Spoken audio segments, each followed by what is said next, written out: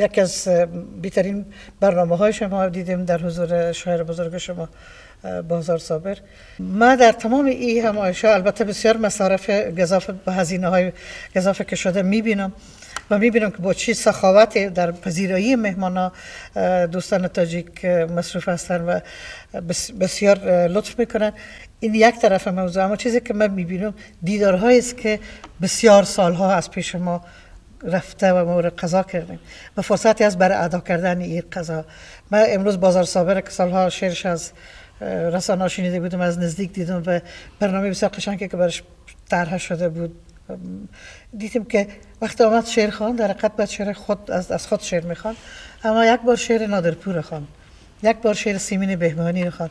حتی میبینن که این دیدارها در ذهن ما جاری است، حتی اگر 100 تا مرزم بکشن، حتی اگر که با انواع و اقسام ایدئولوژی ها هم دور ما حصار آهنین بکشن. سیمین بهبانی از ایران آمده به بازار صابر رسیده. نادرپور هرچند از کشور خود فرار کرده و رفته در امریکا و در امریکا از دنیا رفته، اما در ذهن بازار صابر دوباره برگشته. آمده امروز اینجا بود و در این تالار بود و وقتی شعرش خوانده شد ما مشناختیم. وقتی گفت شعر میخوانم از نادرپور برای من بیگانه نبود.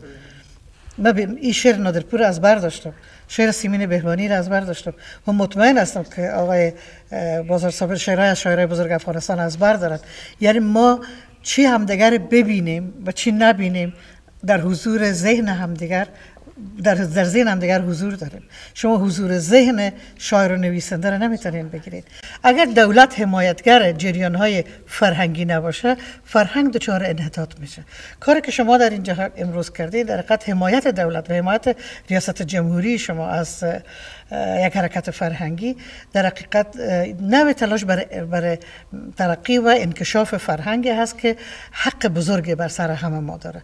ما اگر هویتی داشته باشیم از فرهنگی داریم به او وابسته هستیم.